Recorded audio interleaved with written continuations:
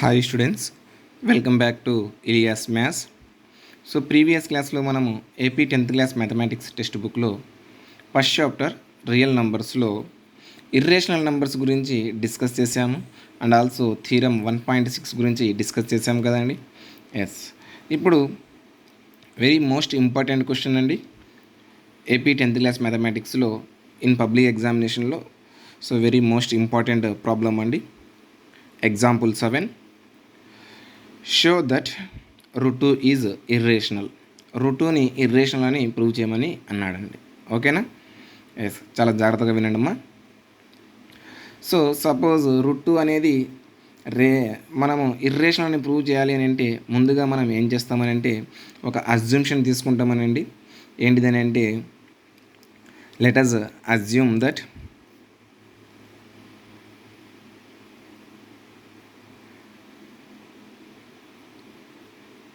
let us assume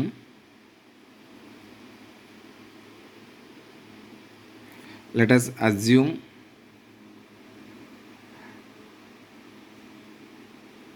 let us assume that √2 is rational number. √2 is a rational number.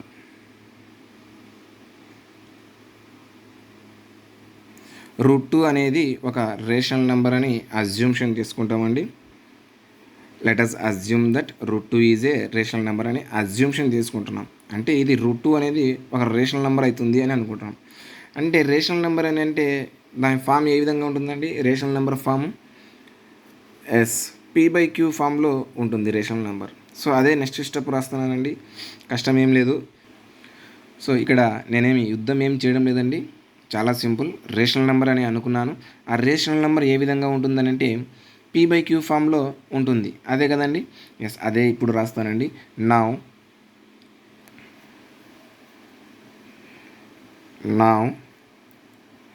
Let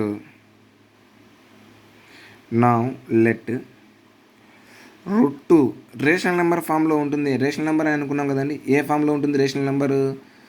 P/Q ఫామ్లో ఉంటుంది. Rational నెంబర్కి condition ఏంటిది? Where P and Q are coprimes కదండి. Coprimes, P and Q are coprimes. ఇవి రెండు కూడా coprimes. And Q is not equal to 0. అంటే denominator అనే Q ఉంది, ఈ Q అనేది 0 కాకూడదు. సో ఇది కండిషన్ కదండి. అంటే ఇప్పుడు దీన్ని తీసుకుంటున్నాను, ఏంటిది? √2 ఈక్వల్ టు P/Q ఇది. సో దీన్ని ఏం చేస్తామనంటే స్క్వేరింగ్ ఆన్ బోత్ సైడ్స్ చేస్తున్నాను. Squaring on both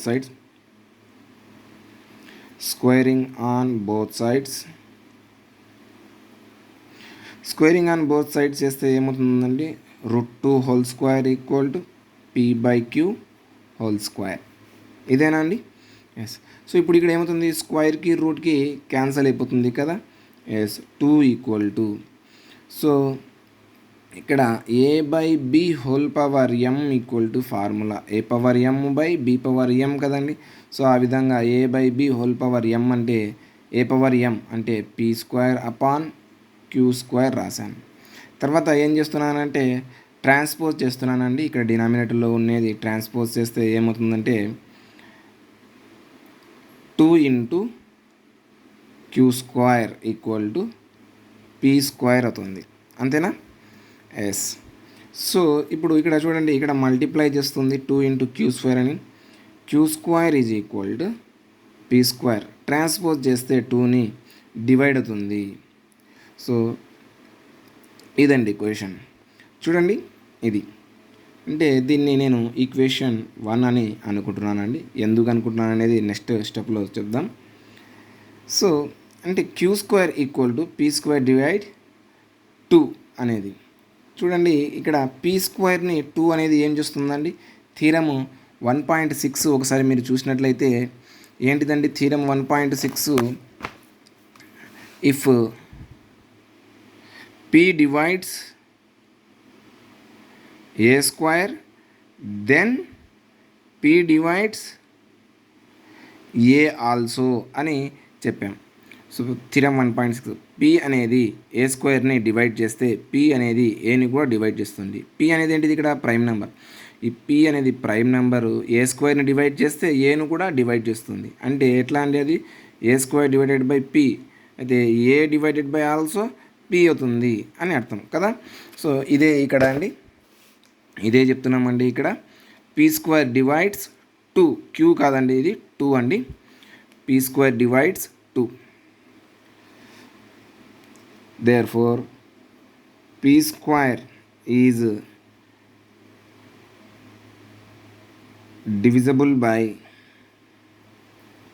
p square is divisible by 2. p స్క్వేర్ని 2 అనేది డివైడ్ చేస్తుంది. అయితే దెన్ pని కూడా p is also divisible by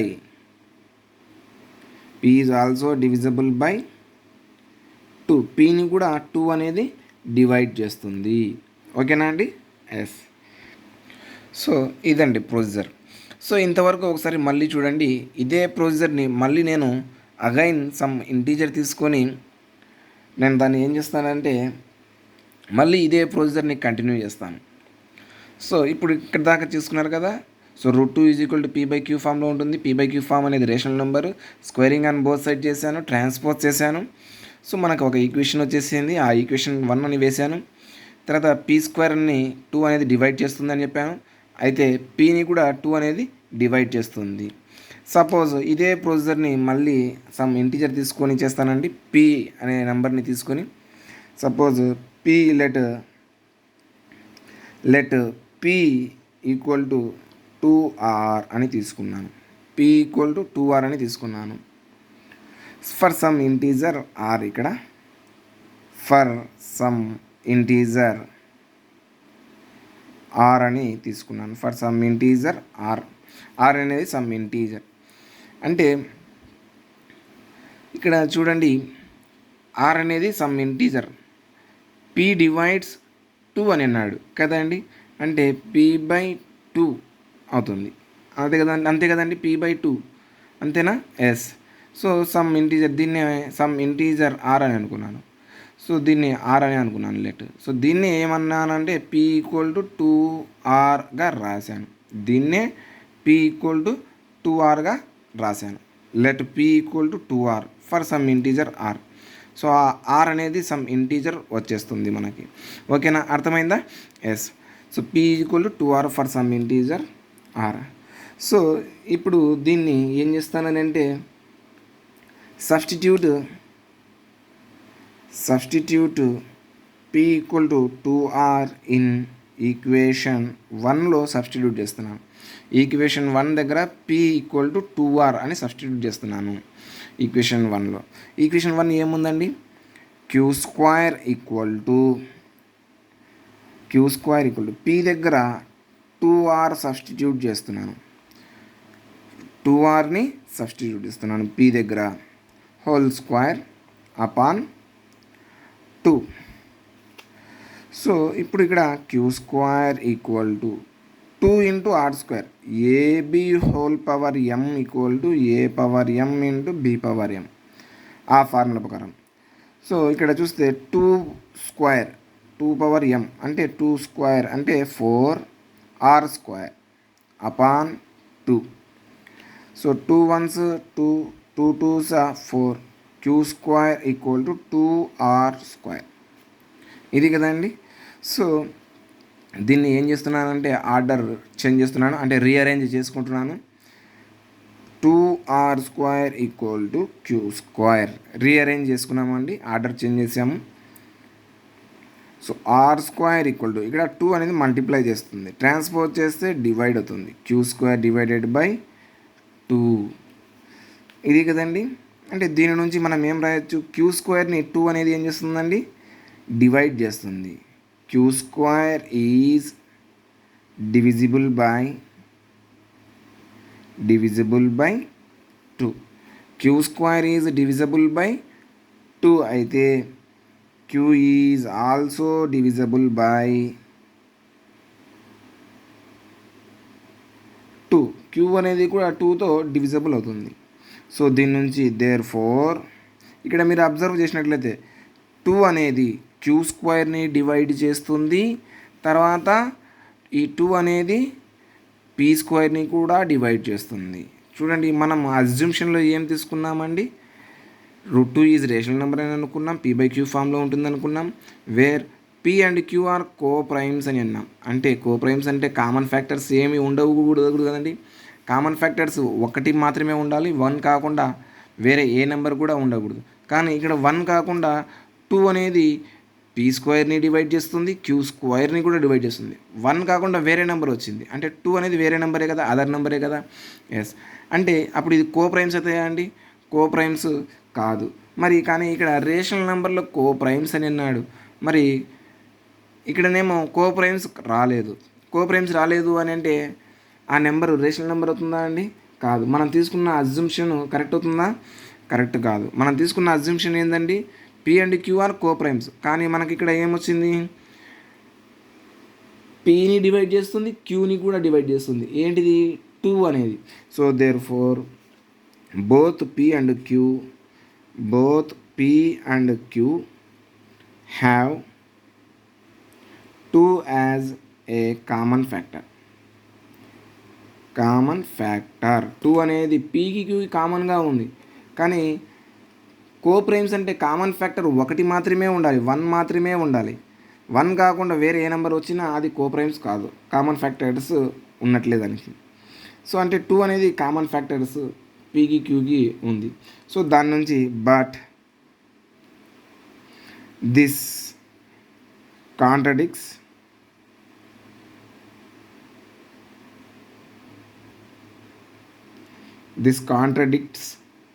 the fact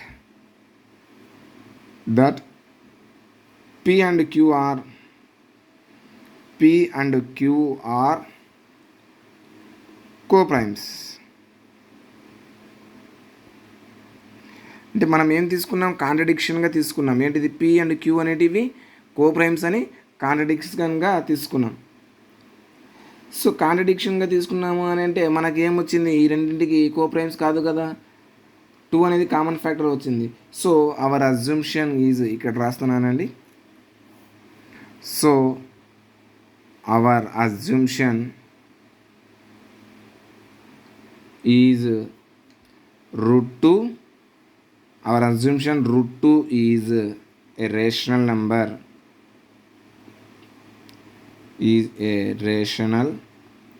number, is wrong. Hence √2 is irrational. So hence proved. అయిపోయింది, అంతే, చాలా simple. అర్థమైందమ్మా? So మళ్ళీ ఒకసారి చూడండి, అజ్యూమ్షన్ తీసుకున్నాం, √2 అనేది రేషనల్ నెంబర్ అనే అజ్యూమ్షన్ తీసుకున్నాం. ఆ రేషనల్ నెంబర్ p/q ఫామ్లో ఉంటుంది, where p and q are coprimes. So దీన్ని స్క్వేరింగ్ ఆన్ బోత్ సైడ్ చేసాము. సో బోత్ సైడ్ స్క్వేరింగ్ చేస్తే మనకు ఈ విధంగా వచ్చేసింది.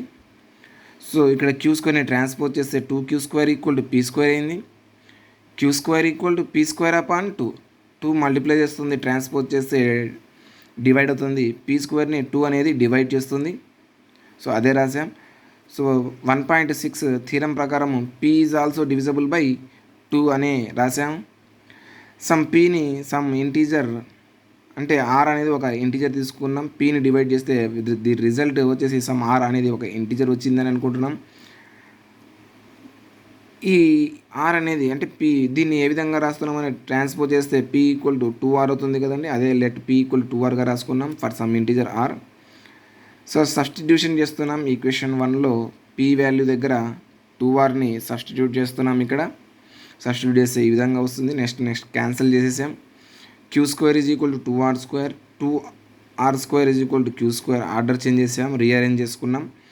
r² ఇక్కడ మల్టిప్లై చేస్తుంది, ట్రాన్స్పోజ్ చేస్తే డివైడ్ చేస్తుంది, q²/2 అనేది. అంటే q² కూడా 2 అనేది డివైడ్ చేస్తుంది కదా, అంటే qని కూడా 2 అనేది డివైడ్ చేస్తుంది. సో కానీ p and q are coprimes అని మనం తీసుకున్నాం. But p and q have two as a common factor, రెండింటికి పీకి క్యూకి కామన్ ఫ్యాక్టర్ 2 ఉంది. కానీ but this is contradicts that the fact that p and q are coprimes. మనం coprimes అని అనుకున్నాం, కానీ ఇక్కడ కోప్రైమ్స్ అని అంటే 1 మాత్రమే కామన్ ఫ్యాక్టర్ ఉండాలి. 1 కాకుండా వేరే ఏ ఫ్యాక్టర్ వచ్చినా అది కామన్, వేరే ఏ ఫ్యాక్టర్స్ వచ్చినా 1 కాకుండా అది ఏమవుతుంది, కోప్రైమ్స్ అయితే కాదు, బోత్ న్యూమినేటర్కి డినామినేటర్కి. సో మనకు వేరే ఫ్యాక్టర్ వచ్చింది, 1 కాకుండా 2 అనేది సపరేట్ వచ్చింది. సో అందుకే అవర్ అజ్యూమ్షన్ √2 ఈజ్ రేషనల్ నెంబర్ అనేది అజ్యూమ్షన్ తీసుకునేది రాంగ్ అండి. అది మనము √2 అని రేషనల్ నెంబర్ అనేది రాంగ్గా తీసుకున్నాం. √2 అనేది రేషనల్ నెంబర్ కాదు, అది ఇర్రేషనల్ నెంబర్ అని రాసాం. అంతే, సింపుల్, ప్రూవ్ అయిపోయింది. ఓకేనా స్టూడెంట్స్, అర్థమైందా? సిమిలర్గా మీరు హోంవర్క్గా చేయండి, మీకు అర్థమైపోతుంది. సేమ్ ఇదే కాన్సెప్ట్తో, ఇదే ప్రొసీజర్తో.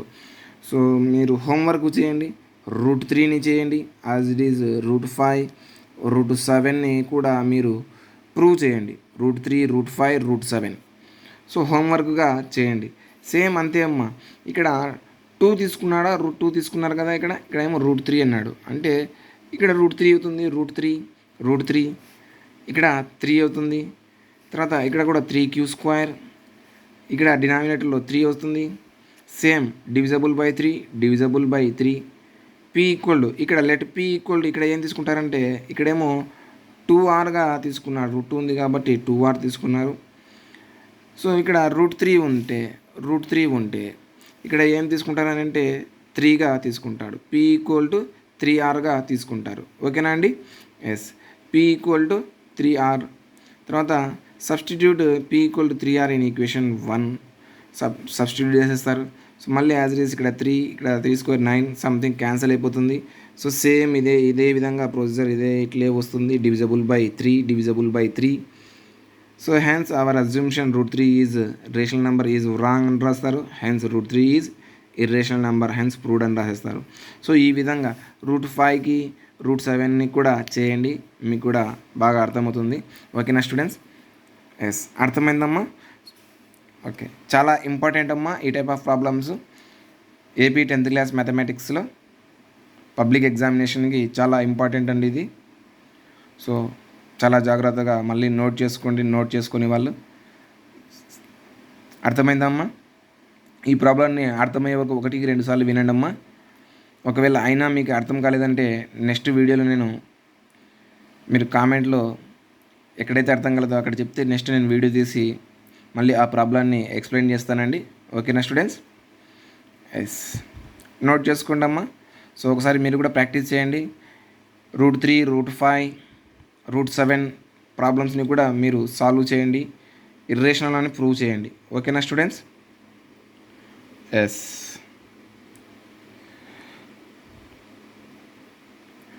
ఓకే అమ్మా. సో మీకు కనుక ఈ వీడియో నచ్చినట్లయితే, ఈ క్లాస్ నచ్చినట్లయితే దయచేసి లైక్ కొట్టండి అండ్ మీ ఫ్రెండ్స్కి కూడా షేర్ చేయండి. సో మీరు సబ్స్క్రైబ్ చేసుకోండి, మీ ఫ్రెండ్స్ని కూడా సబ్స్క్రైబ్ చేసుకోమని చెప్పండి. ఓకేనా స్టూడెంట్స్?